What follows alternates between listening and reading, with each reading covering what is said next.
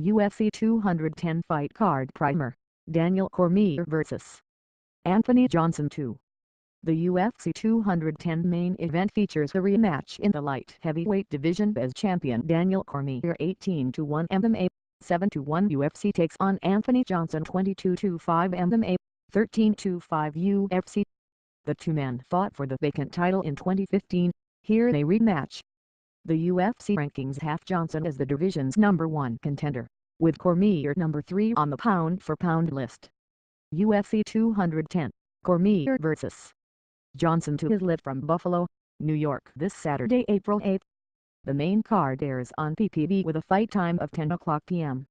at /7 o'clock p.m. Platinum, with the prelims starting at 8 o'clock p.m.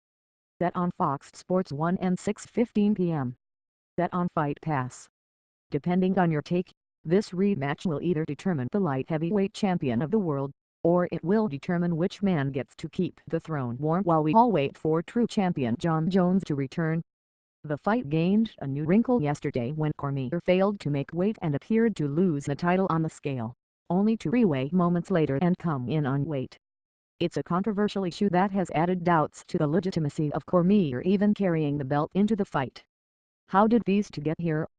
Daniel Cormier suffered his lone career loss in 2015, dropping the decision to career rival Jon Jones, but is a perfect 3-0 since.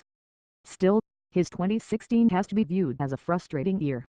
He only fought once, and that was a UFC 200 last-minute non-title fight with Anderson Silva after Jones failed a drug test.